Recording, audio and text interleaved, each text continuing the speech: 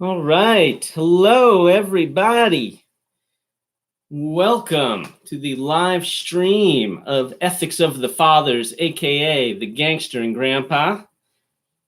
I'm going to be getting underway in just 1 second. Thank you for joining us.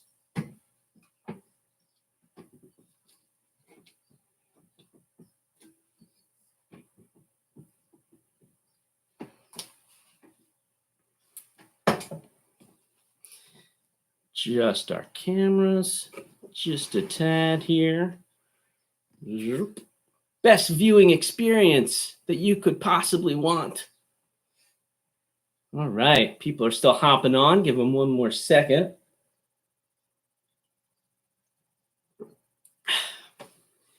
So, welcome. As I said, I'm Jesse Bernstein. I am the writer and performer of Ethics of the Fathers, aka the Gangster and Grandpa, and I am coming to you from my living room and presenting this live stream for Theater Ariel. We did it yesterday, and this is our encore performance. We've got YouTube working. Thank you, those of you who weren't able to join us yesterday and are joining us today. For those of you who are unfamiliar with Theater Ariel, let me tell you, we are Pennsylvania's only professional theater dedicated to creating and producing work that illustrates the social, cultural, and spiritual heritage of the Jewish people. The company's commitment to the development of new works is what allowed me to develop this piece and bring it to you tonight. Back in August of 2018, I was having coffee with Theater Ariel's artistic director, Deborah Baer Mozes, and we were talking about a different project, and she said, hey, do you think, or what else are you working on? And I said, oh, well, I've got this idea in my head about this one-man show. And she said, oh, great, can you have it ready by February? And I said, sure, and I did. And the result is the show that you're about to see. We're actually doing a slightly abridged version tonight for the sake of our streaming audiences. I know it can be hard to focus for too long on one little camera angle. But if you're interested in the full version, once we're all free and about, we're hoping to continue touring the show. So let's get on. And if my cat makes a surprise appearance, he just wants to be in showbiz. What can I say? All right. Ethics of the Fathers, aka the Gangster and Grandpa.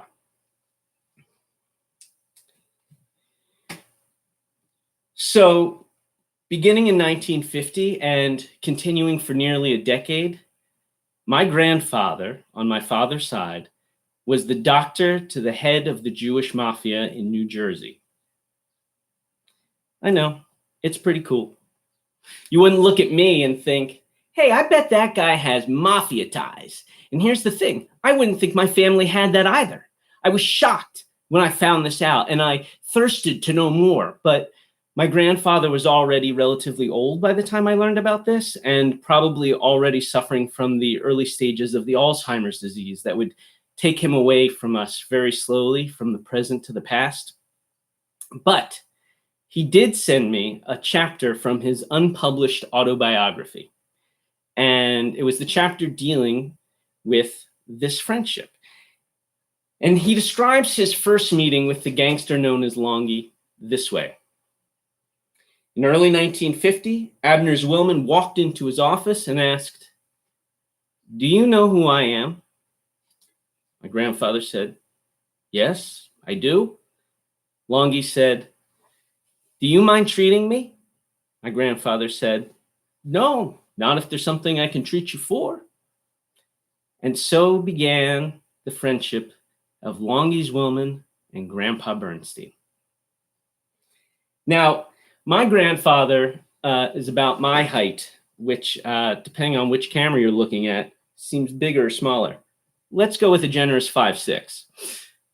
Actually, the truth is, my grandfather was a little shorter than me, but it wasn't until I'd been taller than him for years that I realized I had outgrown it. It's what happens when you look up to people. But stature be damned, he was an impressive man. He had a very serious mustache. He wore a bow tie just about every day of his life. He was incredibly confident. He was in 1950, he was 41 and already a very accomplished cardiologist. He was not a warm man. Neither was my grandmother, although both were very loving in their way. But, well, let me explain it to you like this. My mother's parents, we called Grandma Bernie and Grandpa Ed. My father's parents were Grandma and Grandpa Bernstein. Grandpa Ed would get down on the floor and play with us. Grandpa Bernstein would kick us off the TV so we could watch a video on the latest advancements in cardiology. He always seemed to me very principled, very moral, a man of high ideals. What he did not seem like was someone who would have anything to do with the head of the Jewish mafia in New Jersey. Now, for his part, Abner Zwillman didn't seem like much of a gangster. He didn't seem like much of a Jew either to me when I first learned about him.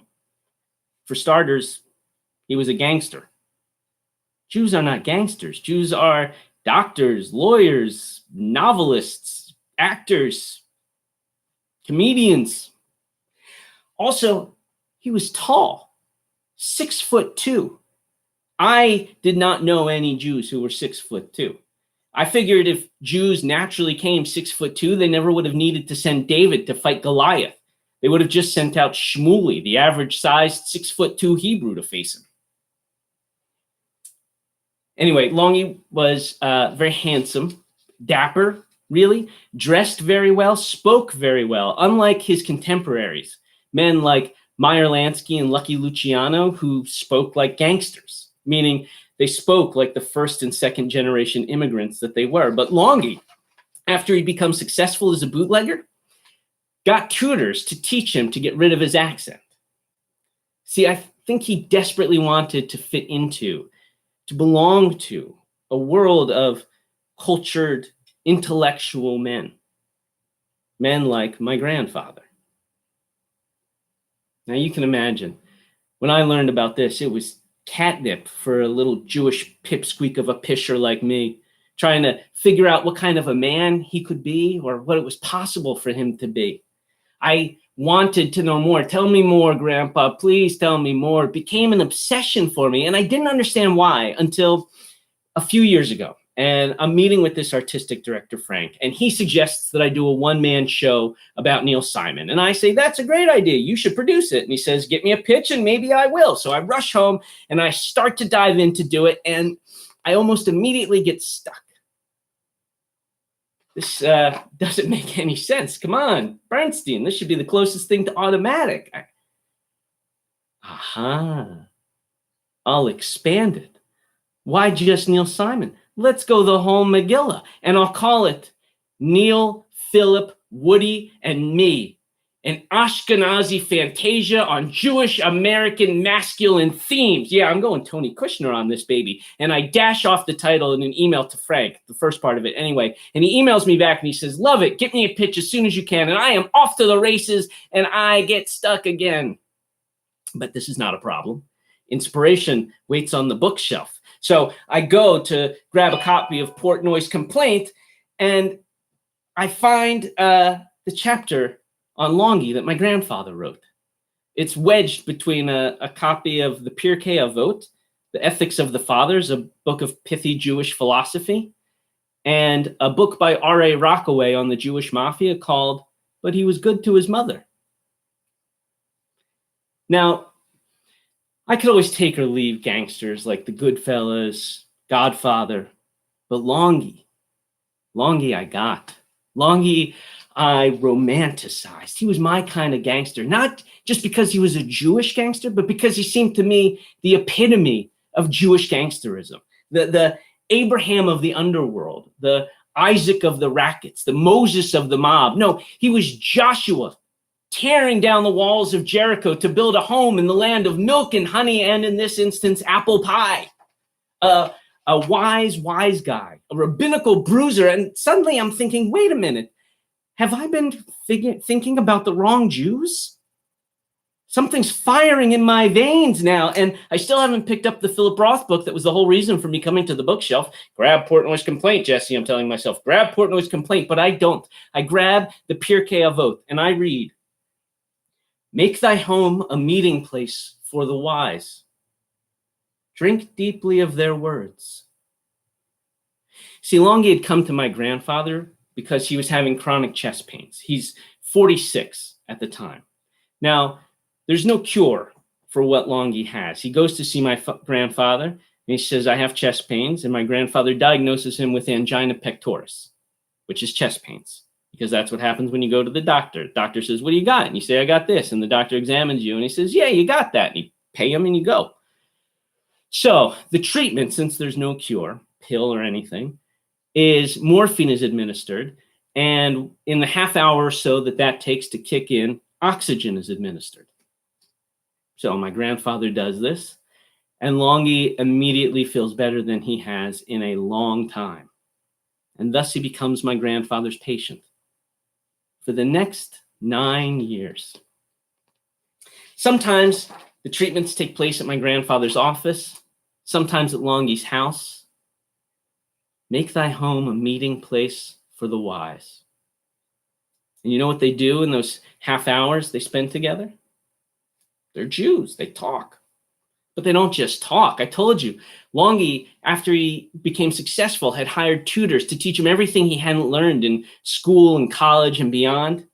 He is an intellectual capable of talking about just about anything. And it is a Bernstein family trait to be an expert on everything. Picture them there. My grandfather and Longy, discussing and debating and exploring every topic under the sun. It's a meeting of the minds not seen since Hillel and Shammai. And of course, they talk about their families. Longy has a stepson and a beautiful daughter. My grandfather has my father, my uncle, and my 2 aunts. And of course, they talk about sports. And if one of them is a Yankees fan and one a Dodgers fan, well, nobody's perfect. There they are, once a month, twice a month, half-hour increments. For 9 years, there is not a dull word any of those 9 years. Drink deeply of their words. They become friends. My grandfather comes to call Mr. Abner Zwillman by his preferred nickname, Abe.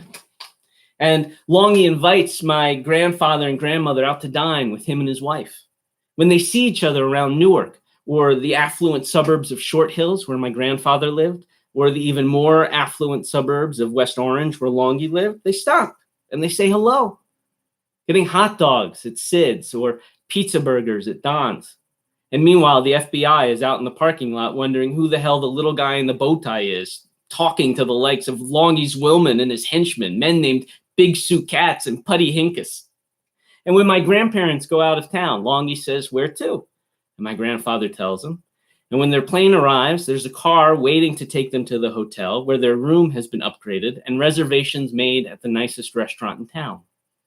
And one time, Longy asks my grandfather, "You like Italian food?" My grandfather says, "Sure. Who doesn't like Italian food?" Longy says, "There's an opening of a new Italian restaurant tonight. Why don't you come? Oh, and don't bring your wife." So my grandfather goes, stag, meets lots of interesting people, has some delicious food. Eventually, he decides to head home. The next morning, he opens up the Star Ledger and he reads on the front page, "Mobs make peace at opening of new restaurant." Now, it's things like that, perhaps, that prompted the sages in the Pirkei Avot to warn, distance yourself from a bad neighbor. Cleave not to a wicked person. Here are the facts of Longy's life as my grandfather knew them or would come to know them. Longy grew up in Newark's 3rd Ward, a jungle of wooden tenements that leaned out over cobblestone streets. The signs and the words the shopkeepers shouted from storefronts and pushcarts was a mix of Yiddish and English. The streets Smelled of pastrami, of sauerkraut, of pickles, of coffee, of herring. It's the shtetl come to America. But Anatevka, it's not. Longy would say this about his childhood. All I remember growing up is that I was hungry. When his father drops dead of a heart attack, Longy drops out of the 7th grade to take up his vegetable pushcart business. Now, he's a smart kid, and he finds that he can make extra money by running numbers. And he finds that the housewives bored out in the suburbs just outside of Newark proper are particularly keen to place bets with him. It's a schlep, but it's worth it. He makes enough money that he's able to buy himself a truck. And he finds that potatoes are selling really well and that he can get better, cheaper potatoes across the border in Canada. It's a schlep, but it's worth it. Because just as Abraham left his father's land when God commanded him, Longy left the Third Ward when the United States of America passed the 18th Amendment and Prohibition was born. See, Longy's been going back and forth to Canada so much, the border guards don't even bother to stop to inspect his truck anymore. So when someone suggests that he could sneak whiskey over the border back into America, makes sense to him. As he'd later say, you'd have to be an idiot not to sell something everybody wants. So he does it, and he's successful. And he keeps at it, and soon he becomes one of the most successful bootleggers in the country. Those were the facts that my grandfather knew. But there's a line in my grandfather's telling of this story that is, in fact, very telling. He says, so this is how he became a bootlegger and became involved with all of the other problems associated with bootlegging in those days. All the other problems, Grandpa? Distance yourself from a bad neighbor, Grandpa. He wrote, he never pressed Longy on any more details because they were none of his business. Cleave not to a wicked person, Grandpa. Does that mean he didn't know about the pimp that Longy beat within an inch of his life because the man owed him money? Did he know about the time that Longy shot the balls off of a guy who had crossed him? Did he know that Longy had been part of the Big Six, a syndicate of organized crime, and that their enforcement wing was called, this is true, Murder Inc., and that as a member of the Big Six, Longy had a say in the murders that were carried out by that group? My grandfather was a man of high ideals, high moral principles. How is it that this man became his friend? My grandmother, when I asked her about it, my grandfather's Alzheimer's had already progressed to the point where I wasn't seeing him anymore, said to me, he was a nice man. He was good to the Jews, and not just the Jews, to everybody. He was very generous. Plus, he could pay his bill. He could pay his bill and more. The generosity of Longy is legendary. The Pirkei Avot tells us, he who commits one good deed acquires for himself a defending angel, and he who commits one bad deed acquires for himself one accusing angel. Now, Longy's lieutenants would estimate that Thanksgiving cost him $10,000, Christmas $15,000. This is back in the day. His family and his friends would try to keep the newspapers away from him because if he learned about a family that had been burned out of their house, he would all of a sudden set them up in a new apartment with all new furniture and appliances. There wasn't a soup kitchen, hospital, library, church, synagogue, homeless shelter, public works, theater, museum in Newark and beyond that hadn't been touched by Longy's largesse. Someone once asked a priest who ran a soup kitchen that Longy supported a question similar to the one that I asked my grandmother. He said, Father, don't you know that that money is tainted? Ah, said the priest, but $50,000 of that money is blessed. He may have been Jewish, that rabbi. So, was that it? Did Longy's admittedly quite impressive philanthropy outweigh everything else in the scales for my grandfather? My grandfather, incidentally, knew what it was to grow up, if not poor, not well off. He grew up a few miles and a world away from the Third Ward in Newark's North Ward. Now, my great-grandfather had inherited a dry goods store from his grandfather, and he promptly drove it into the ground. My great-grandfather would see a rug that he thought his customers would like that cost $8, and he would purchase it, but none of his customers could afford an $8 rug, so he would sell it for $6. So my grandfather was on his own if he wanted to get out of the North Ward. He puts himself through college doing just about every kind of job you can imagine. And he goes to University of Pennsylvania undergrad, then applies for University of Pennsylvania Medical School, and he gets rejected. And he's told that he's rejected because they've already taken their quota of Jews for the year. You see, they take 10 Jews, 10 Catholics, and the rest are Protestant. My grandfather doesn't like this, so he goes to the dean of the medical school to argue with him. Finally, the dean says to him, "What is it with all these Jewish mothers? Why do they want all their sons to be doctors?" To which my grandfather says, "My mother wants me to be a cantor, and my father wants me to be a rabbi. I want to be a doctor." And he storms out and he goes to see the head of the Newark Penn Med Alumni Association, a man who is not Jewish, but who takes one look at my grandfather's grades, says, "I didn't have grades this good." He calls up the dean and he says, "Listen, if you don't let this kid in, you're never going to see another dime from this alumni association again." And thus my grandfather broke the quota at Penn Med.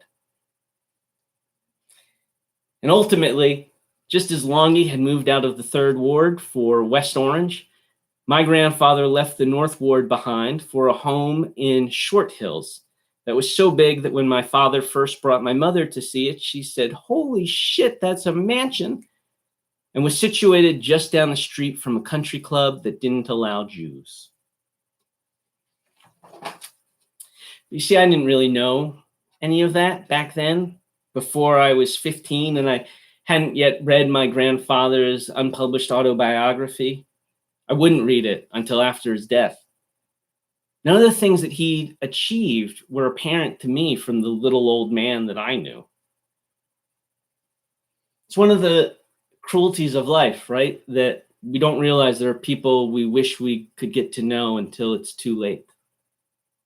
From the time I was 15 and started finding out about all of this until 18 is probably when my grandfather's Alzheimer's started getting pretty severe. And from 18 to 22 or 23 is the last time that I was able to see him. And between 18 and 22, 23, when I stopped going to see him because he didn't recognize me anymore, he and I would have pretty much the same conversation over and over again. It goes like this. "Hi, Grandpa. How are you?" "I'm well." "What are you up to?" "Well, I'm in college, Grandpa," or whatever it was. "What are you studying?" or "What are you doing?" "Well, acting." "You've chosen a tough business." "Yep." He was always telling me this. He'd been telling me this since I was 10 years old. "Well, good luck to you." And that was it. Over and over, literally for years. I'm not kidding. But my point is, it took a while for me to piece together all of these stories about my grandfather.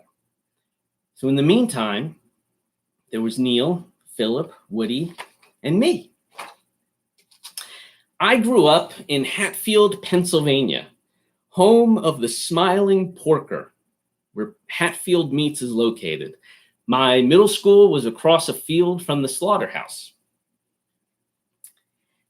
I think kids in America learn fairly early on that you have to choose your identity or it's going to be chosen for you.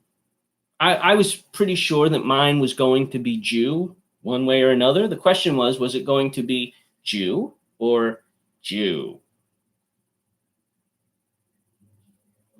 Neil, Philip, and Woody offered a mold for me. Yeah, a path to follow in this Goyish world. I mean, they were popular, well-respected, beloved even for their obvious Jewishness. It worked for me. It wouldn't be easy, but. So I consumed the work of Neil Simon and Philip Roth and Woody Allen, and I memorized every line of the albums from Billy Crystal and Paul Reiser and Elaine Boozler too. And I listened to every Weird Al Yankovic song and the album by Two Live Jews, Kosher as we wanna be. And when one of my goy friends asked me if I had heard about the new Jewish tires that stopped on a dime and picked them up too, I laughed. I laughed because I was one of maybe 8 kids in a school of 3,000 students, 8 Jewish kids in a school of 3,000 students. And because I had an art teacher who made fun of me for taking 2 days off for Rosh Hashanah. And because one day a member of our school board said that she couldn't wait until she was up in heaven and could look down in hell and see all of the Jews burning with a snap, crackle, pop. And it was after she had said this and admitted to having said it that she was elected president of the school board. Her name was Donna Mengel, incidentally, or as my mother liked to call her, Donna Mengele. So when kids threw pennies at me and called me kike every day, I did nothing. And even though I came home with tears of rage in my eyes one day and I told my parents that I was going to get into a fight, I don't care if I get suspended, and they even said, okay, I knew I wasn't going to. I knew because... All right, let's put the Pirkei Avot aside for 1 second. I'm going to tell you a joke. These 2 Jews are in Israel, and they get captured by a bunch of Palestinians, and they're going to be executed. And the first Jew turns to the second Jew and he says, I think I'm going to ask to be blindfolded. And the second Jew says, look, Sam, don't make trouble. That was me. A don't make trouble Jew. And if I ever did make trouble, as exhilarating as it might have felt in the moment, I felt terrible about it afterwards. A Jew doesn't do such a thing. We are a nation of priests, right? A light to the world. As the Pirkei Avot says, in a world where there are no men, strive to be a man. Be a good Jew. But, I mean, what the hell is a good Jew? Where did I get this idea that Jews don't do certain kinds of things? Because what about Saul? What about David? They were warriors. And didn't Jacob wrestle an angel and sleep out in the wilderness with a rock for a pillow? I mean, how did we go from that to Curb Your Enthusiasm? And what would have changed in me had I known then what I know now about the call that used to go out through the Third Ward? Rufta longer! Like an alarm bell. Clang, clang, clang. Rufta longer! You see, these bands of Irish and Italian kids would pour into the Third Ward and start accosting all of the Jews there. They weren't exactly Cossacks on horseback, but they would turn over shop carts. They would pluck old men's beards, steal their yarmulkes, and the call would go out. Lufta longer! Get the tall one. And whoom, a shadow falls across them, because even as a teenager, Longy's woman was tall. He was the longer. And he beat the shit out of those Irish and Italian kids. Eventually, Longer got Americanized to Longy. Woof the Longer. Longy once nearly killed an Italian kid who called him a kike SOB. Woof the Longer. Their fighting for Jews never stopped. In 1939, when a group of Nazi sympathizers was holding a Bund meeting in Newark, Longy got tipped off to it, and he sent his men down to the building where it was happening. His men sliced the tires of all the cars in the parking lot, then threw stink bombs into the building and waited at the doors with baseball bats. As the brown shirts came running out, his men went to town on them. There was never a Nazi Bund meeting in New Jersey again. Ruf the Longer. Now, my grandfather, it turns out, was sort of a hero in his own right. I'm going to tell you 3 quick stories about my grandfather's heroics. The first is in the middle of the night. There's a knock on his door. Doc, we got a pregnant lady, needs help. These are the days of the house call. So my grandfather grabs his medical bag, rushes out into the night, and he's brought to a house where a woman is lying in bed, very pregnant and screaming. Now, my grandfather's a cardiologist, but these being the days of the house call, he's done lots of home births. So he does an examination exteriorly on the woman, and he can feel that the baby is possibly in the wrong position. So he says, listen, I'm going to have to reach inside and check the baby. So he reaches inside, and something grabs his hand. As my grandfather would later write, it is not even an obstetrician gynecologist who is used to having a handshake inside a patient's vagina. So he takes his hand out and he says, I think this baby is ready to come out. You should get to a hospital. And they rush off to the hospital, and the husband promises that he will write my grandfather and let him know how everything goes. He didn't. Story 2. On a train now, and a conductor is coming through asking if there's a doctor on board. My grandfather stands up, and the conductor tells him there's a man hyperventilating in the next car. My grandfather follows him back, and sure enough, there's the man hyperventilating.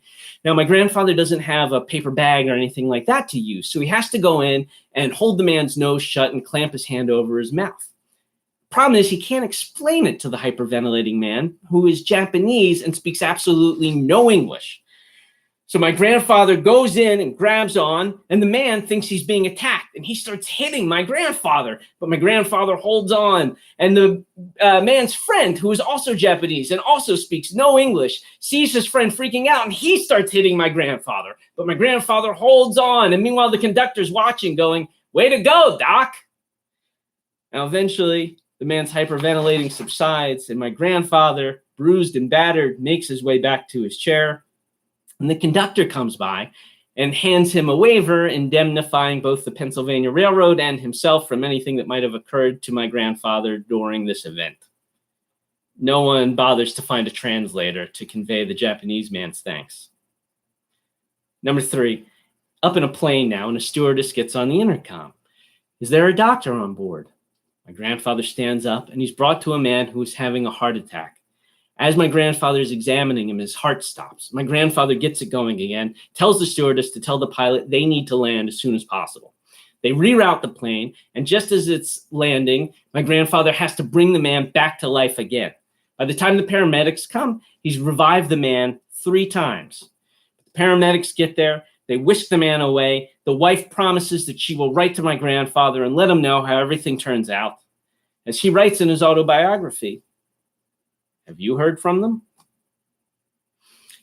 Incidentally, my grandfather would later find out that there were 7 other doctors on board that plane. In a world where there are no men, strive to be a man. I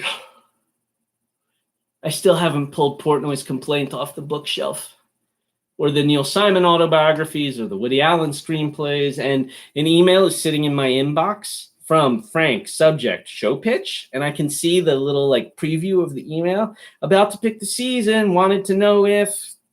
All right, I need to get to work. So, to the computer, open a new document, whoop, type in the title, Neil Philip Woody... And I stop because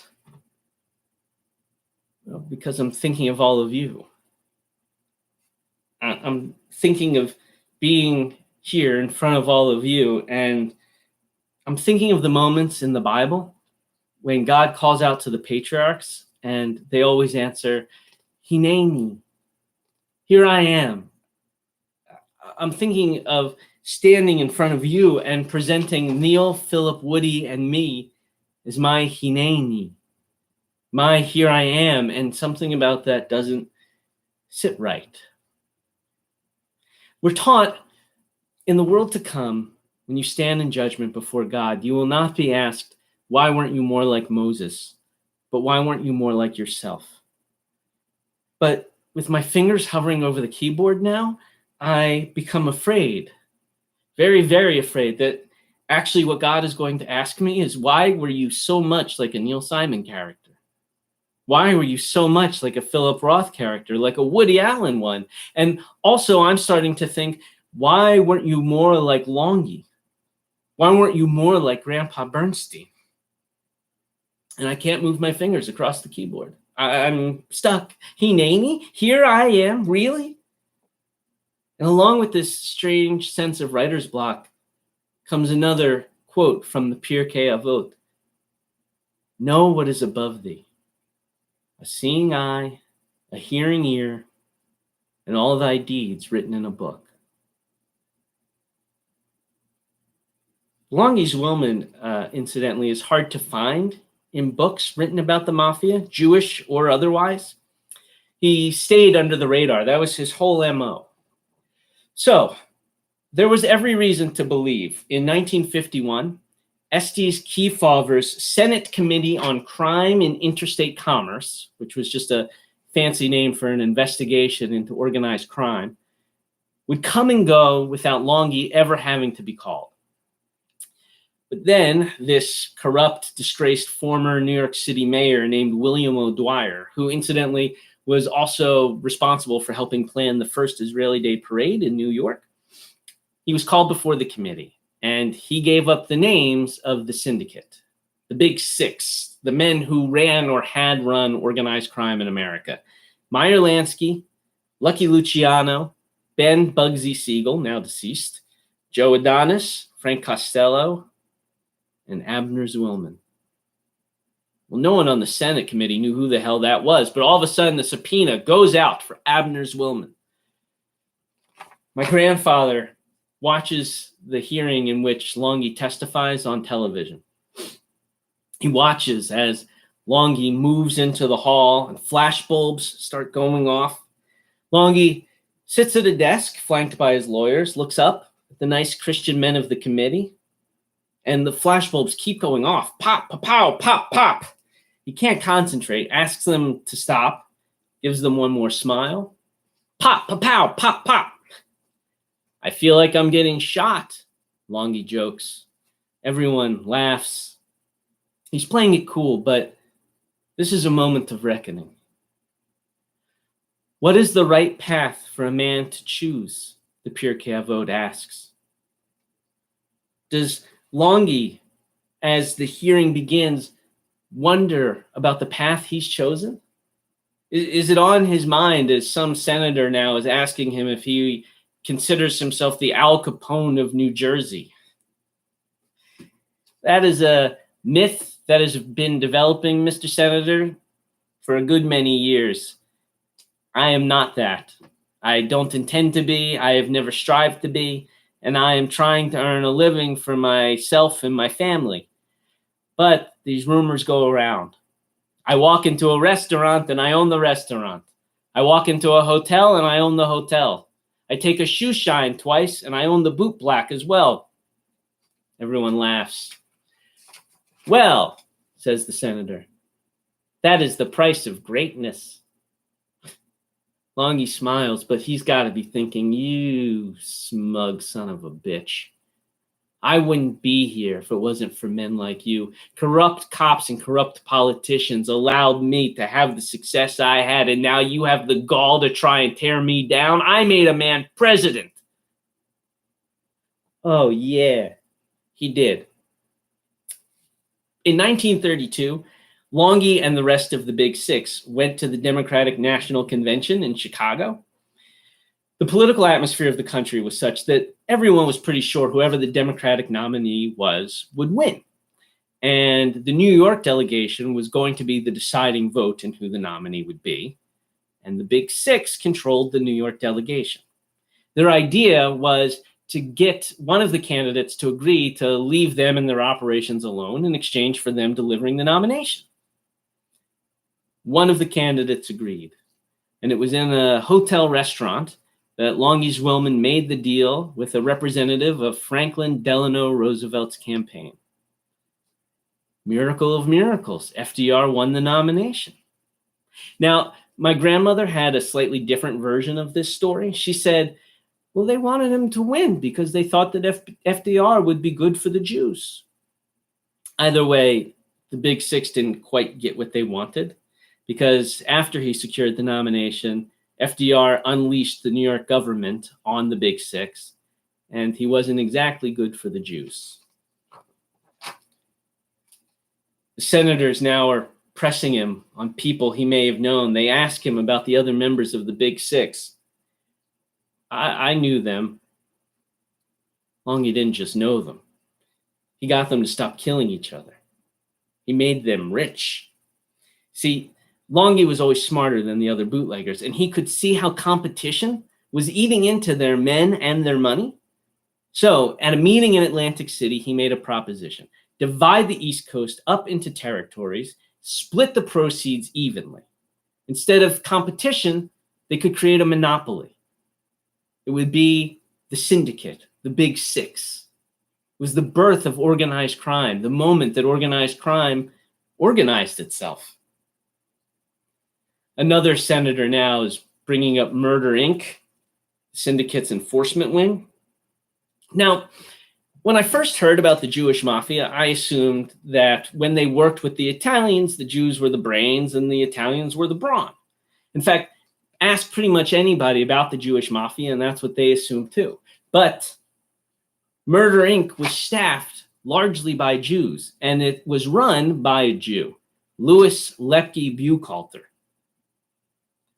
They're pressing Longy on all of that now, the senators. Was Longy ever questioned in relation to Lepke's arrest and the trials that surrounded Murder, Inc.? I don't recall any mention of any Murder, Inc. A senator asks, since Prohibition days, you claim you have gone legitimate in your business? I have been trying, Mr. Senator. I am trying hard. What about your children? The senator asks. What are you raising them to be? What is the right path for a man to choose? They will never be like this. Why? If there be bootlegging tomorrow, they won't be in it. Why do you say that? Let's get that.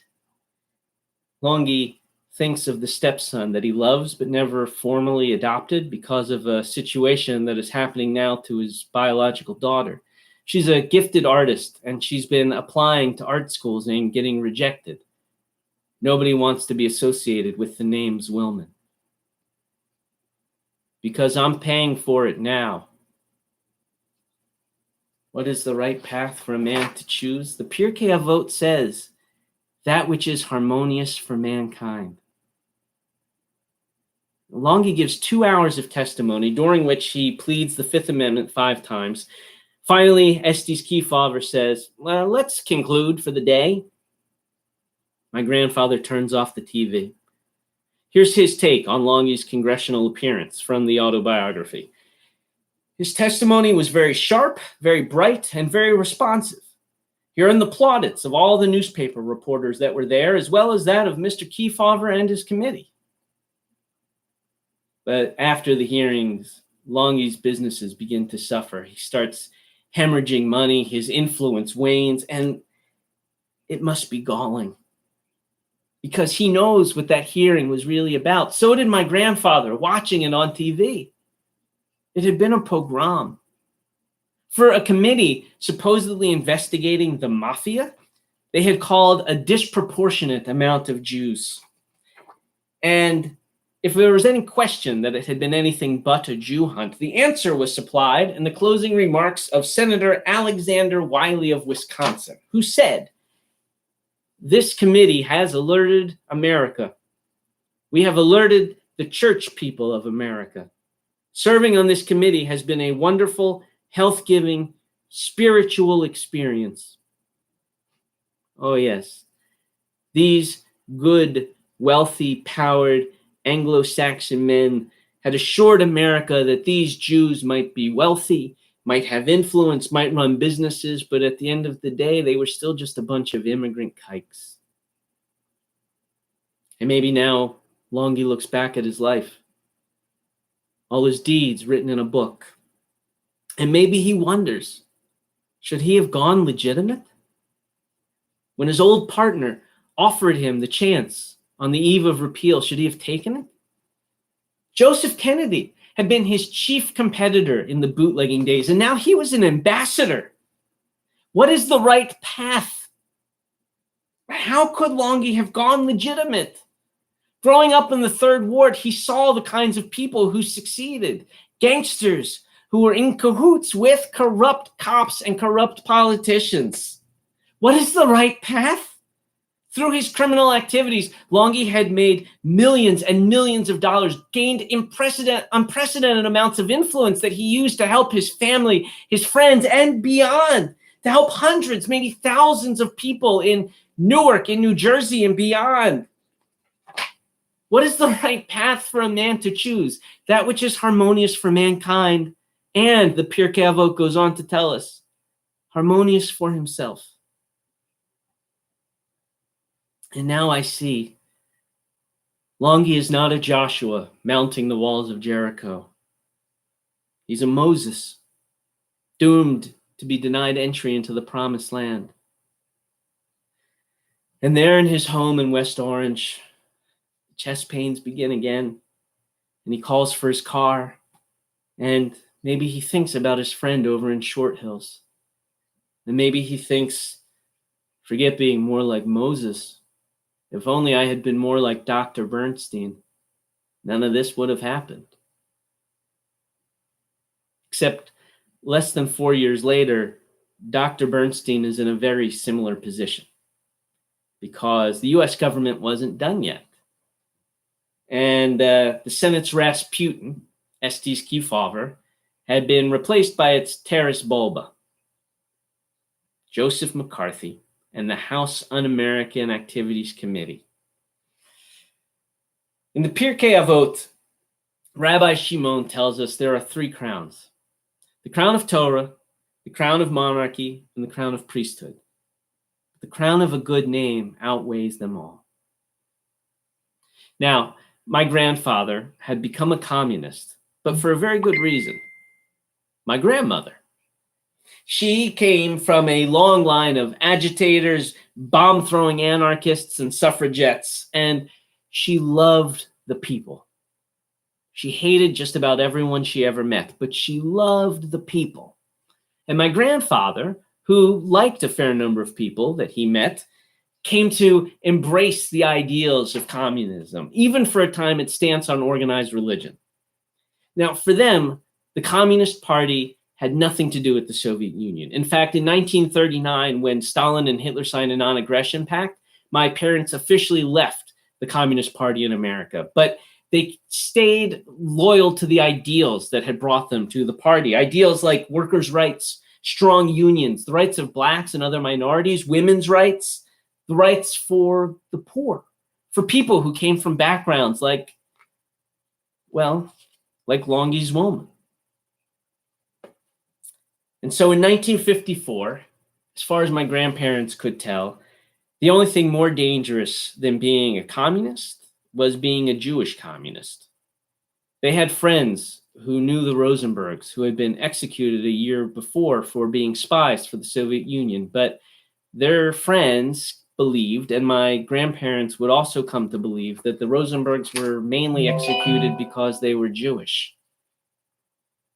Now, even just being called to testify could ruin their reputations and their livelihood. My grandfather's practice was in danger, all that he had accomplished since breaking the Jewish quota at Penn. In 1954, my grandfather was a cardiologist at Newark's prestigious Beth Israel Hospital, a consultant of cardiology at 3 other hospitals, the president of the Essex County Heart Association, the managing partner of the Newark Clinical Group, and also served on the boards of the New Jersey Mental Health Association and the Jewish Community Council. All of that made up the crown of Arthur Bernstein's good name, and it was all in jeopardy.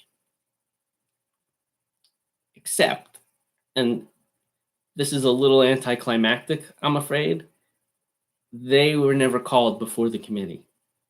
Their FBI files were destroyed. And so the Un-American Activities Committee came to Newark and left. The Bernsteins were unscathed. Now, you have to wonder, during one of their half hours, did my grandfather bring up the whole situation to Longy? I imagine that Longy found communism as a concept somewhat naive. After all, organized crime is kind of the epitome of capitalism. But he loves my grandfather. And he knows that the crown of a good name outweighs them all.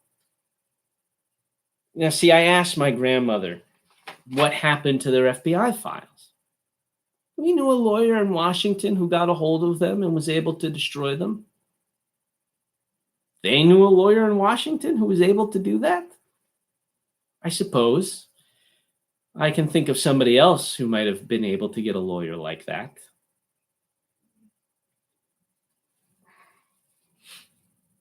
Frank's email still is sitting in my inbox. I write him back, yep, working on it, something soon.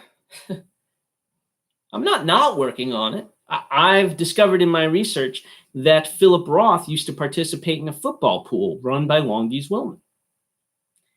Maybe I should write about Philip Roth's complicated relationship with the Jewish community. Actually, speaking of, did you know that Meyer Lansky claimed no one had ever called him a gangster until the Jews did? And after Longy's men took out that Bund meeting, there was a rabbi who was quoted in a local paper as saying that while he did not approve of the actions of Nazi sympathizers, he also could not condone the actions of gangsters. It was the same rabbi who had tipped Longy off to the meeting in the first place. You know, it's not like these were secular Jews. I mean, Murder Inc. was staffed with men who observed the Sabbath and kept kosher and kept Passover, and some of whom were kosher year-round. Leave the gun, take the rugula. Asked about what he was teaching his children, a Jewish gangster once told a judge, I should say he should keep kosher, put on tefillin every morning, and keep his word. As for illegality, that changes like the weather, so who am I to say what's what? One of Longy's henchmen, Putty, had a brother who was a rabbi.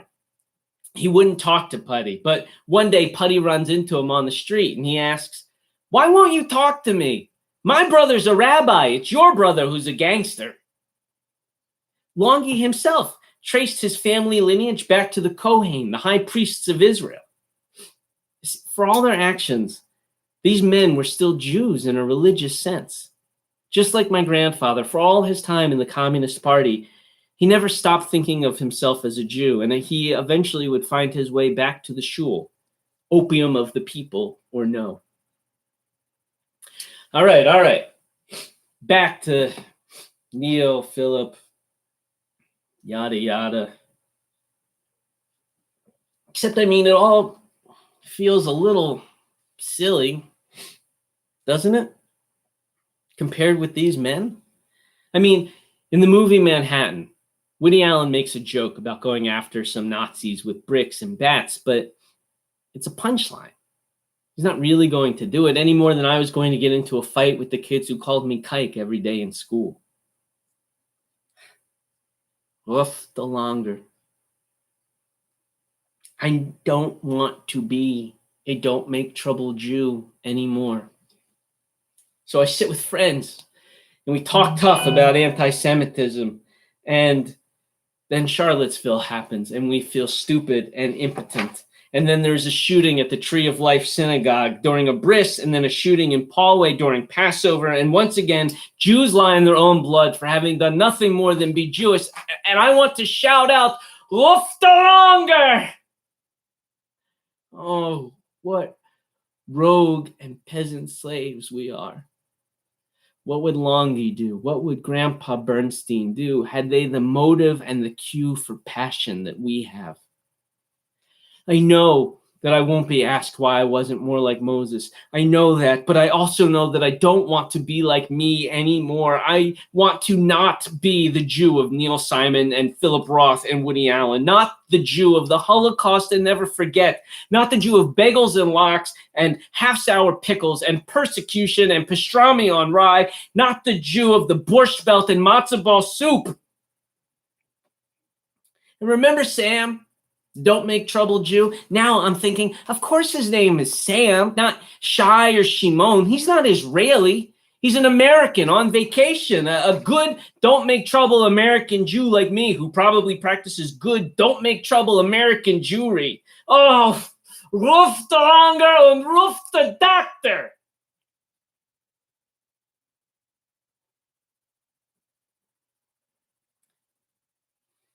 In 1959, after an absence of some time, De Longer calls the doctor. Now, my grandfather knows that Longy's in trouble again. See, like I said, Joseph Kennedy had been his chief competitor during the bootlegging days, and Joe Kennedy had always maintained that Longy had stolen from him. Wasn't true, but now Joseph's son, Robert, is an up-and-comer in the Treasury Department, and he sicks the IRS on Longy. A trial for tax evasion ends up with a hung jury, but it turns out that Longy and his men bribed some of the jurors. So now he's not only facing a new trial for tax evasion, but also one for jury tampering, which, if he's found guilty, carries a 15-year prison sentence. They meet in my grandfather's office, where so often and for so long they have drunk of one another's wise words. But it's a different sort of wisdom that Longy is seeking today. What is the quickest way for a man to die? My grandfather's taken aback, but Longy is distraught. Look, Doc, I could never stand being in jail for 15 years. I will become a rabid lunatic, or I will have a heart attack and die. And then all the newspapers will read, "Mob boss dies in prison," and that will be my legacy. I do not want that. So I am asking you again, what is the quickest way for a man to die? Cyanide poisoning is the quickest. Apparently, it does not cause too much anguish before death. How do I get it? You would need a prescription and go to the drugstore to buy it? No, that won't work. Sure enough, if I die of cyanide poisoning, the FBI will begin to investigate where I got it, who talked to me, who said things to me, and they would hound all of these people. And so even though I would be dead, again, my legacy would not be a good one. I wouldn't want you or whoever sold me the cyanide to have to deal with that bureaucracy. A few weeks pass, and Longy comes to my grandfather's office, this time to say goodbye. I've come to say goodbye because one of these days I'm going to have to hang myself, because that is the only way I can go without involving anybody else. Why don't you take your chances with the trial? No, that is not for me. A few days later, Longy calls my grandfather and tells him that he secured Ariel wire for the purpose. One day shortly thereafter, a cop car pulls my grandfather over on his way to work. "Dr. Bernstein, you need to come with us. One of your patients has committed suicide." He gets a police escort to Longy's house. My grandfather was the physician of record, so it was his responsibility to declare Longy dead. He goes into the basement where his friend, not just his patient, his friend, Abe, is hanging. He declares him dead. He comforts his wife. The Pirkei Avot tells us about Rabbi Yohanan ben Zakkai, who had 5 disciples, and he posed this question to them: "Look about you and tell me, what is the way in life to which one should cleave?" And his disciples answered, a generous eye, a good colleague, a good neighbor, foresight. But Rabbi Elazar said, "A generous heart." So Rabbi Yohanan said to them, "I prefer the answer of Rabbi Elazar, for his view includes all of yours." The synagogue where Longy's funeral is held is filled to capacity. Clergy from every denomination, local and national politicians, businessmen, legitimate and otherwise, family, friends, and outside on the street, thousands of people, because he had had a generous heart. My grandfather attends. At the cemetery, he watches as the coffin is lowered into the grave and Longi's mother throws herself upon it, crying, "Abela, Abela, my son, my son." My grandfather writes near the end of his autobiography, "They say a doctor becomes accustomed to death, and the calluses begin encrusting his soul, to which I say, bullshit." I've come to believe that my grandfather was obsessed with death, actually hated death passionately. He felt he was at war with death and that it would be, as he said, an unfair fight always. Death would always win in the end. But before he died, he and I would have what I have come to call our last real conversation. It was in 1997. At my brother's wedding, and I was on Grandpa Bernstein duty while Grandma Bernstein had her photos taken. And the conversation went at first as all of our conversations at that time went, as it had gone 3 times previously that day. "How are you?" "I'm well." "What are you up to?" "Well, I'm in college, Grandpa." "What are you studying?" "Well, acting." "You've chosen a tough business." "Yep." "Well, good luck to you." At least that's how it usually ended, how it had ended the 3 previous times. But this time the conversation goes like this. "How are you?" "I'm well." "What are you up to?" "Well, I'm in college, Grandpa." "What are you studying?" "Well, acting." "You've chosen a tough business." "Yep." "But you're smart and you're talented, and if you don't do something with it, you're a schmuck." I didn't know what to say. I think I just kind of muttered, okay. My grandfather died in 2004, and he was wrapped in a white shroud and buried in a simple wooden casket in the traditional Jewish way. There was a graveside ceremony for him, pretty much just extended, immediate family. One more deviation from the Pirkei Avot, if I may, this time some Shakespeare, Hamlet. "He was a man, take him for all in all. I shall not look upon his like again." Frank emails me one more time. He's picked the season, hopes I'm still working on the project. Maybe we can talk about it for next year. But I know Neil, Philip, Woody, and me is as dead as if Murder Inc. had taken out a contract on it. I can't write it. Not without feeling like a schmuck. The nail in the coffin is a dream I had. I'm a rabbi, which is the first thing I ever wanted to be. And I'm standing up on the bima, and I've got the Torah on the podium, and I unroll it. But the text isn't the Bible. It's Neil Simon, scripts of the Brighton Beach Memoirs trilogy. So I grab a Talmud and I open it, but the Mishnah is just Portnoy's complaint, and the Gemara is a transcript of Woody Allen's stand-up. And I look up to apologize to the congregation, but in this huge synagogue, there are only 2 people there, Grandpa Bernstein and Longi Zwillman. And Longi's reading a copy of the Pirkei Avot, and he looks kind of nervous. And Grandpa is holding a picture of me as a bar mitzvah. And suddenly a shofar sounds far off.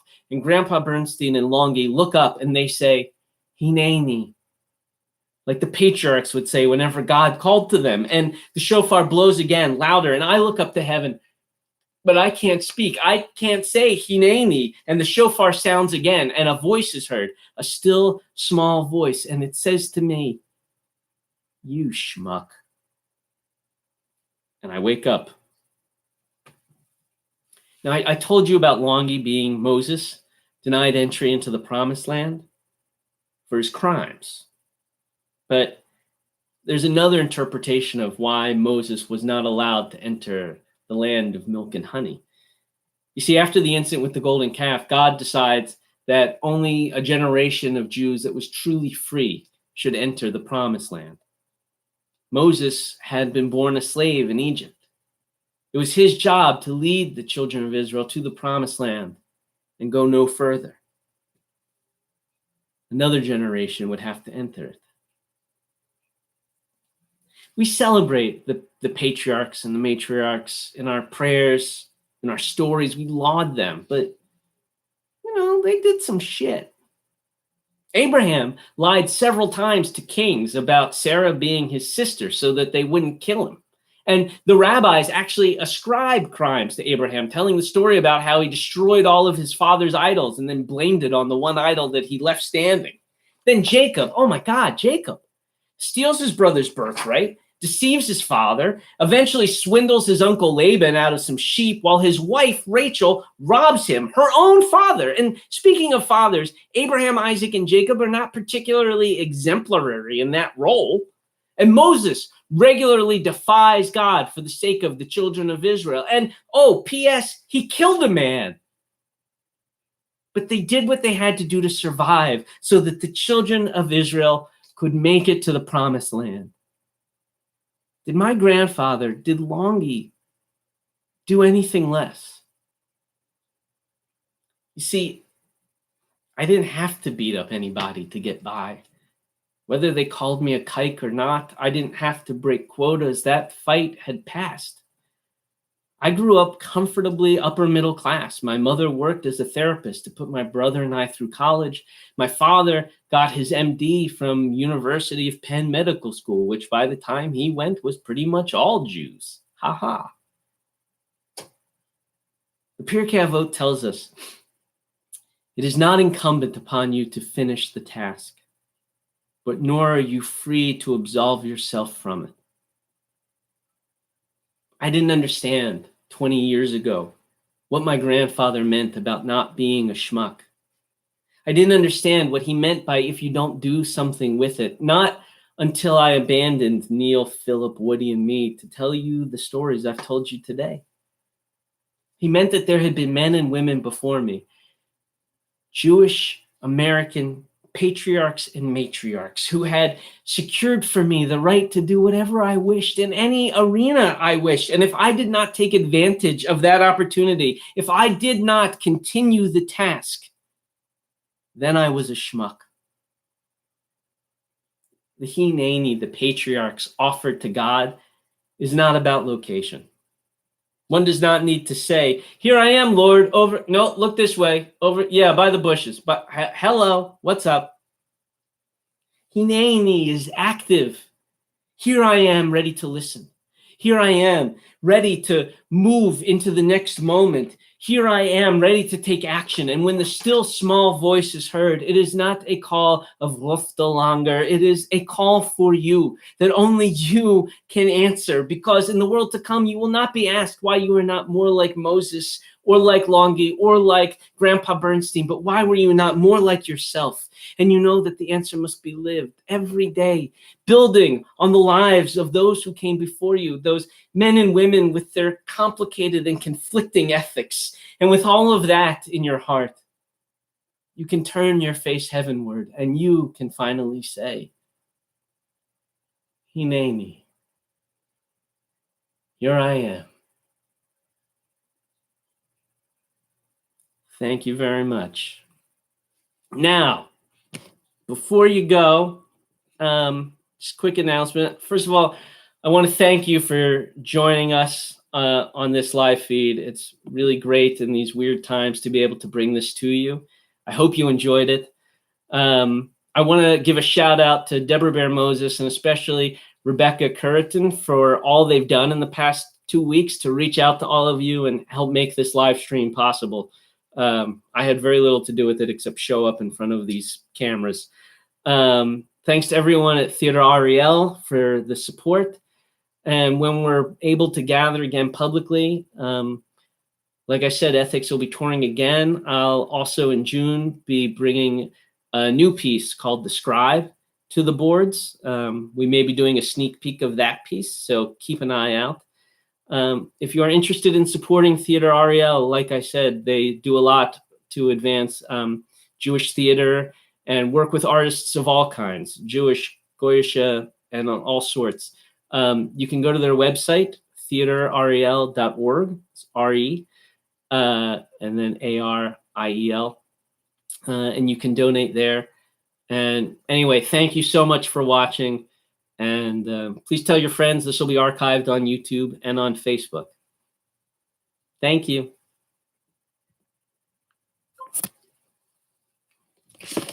Bye-bye, YouTube.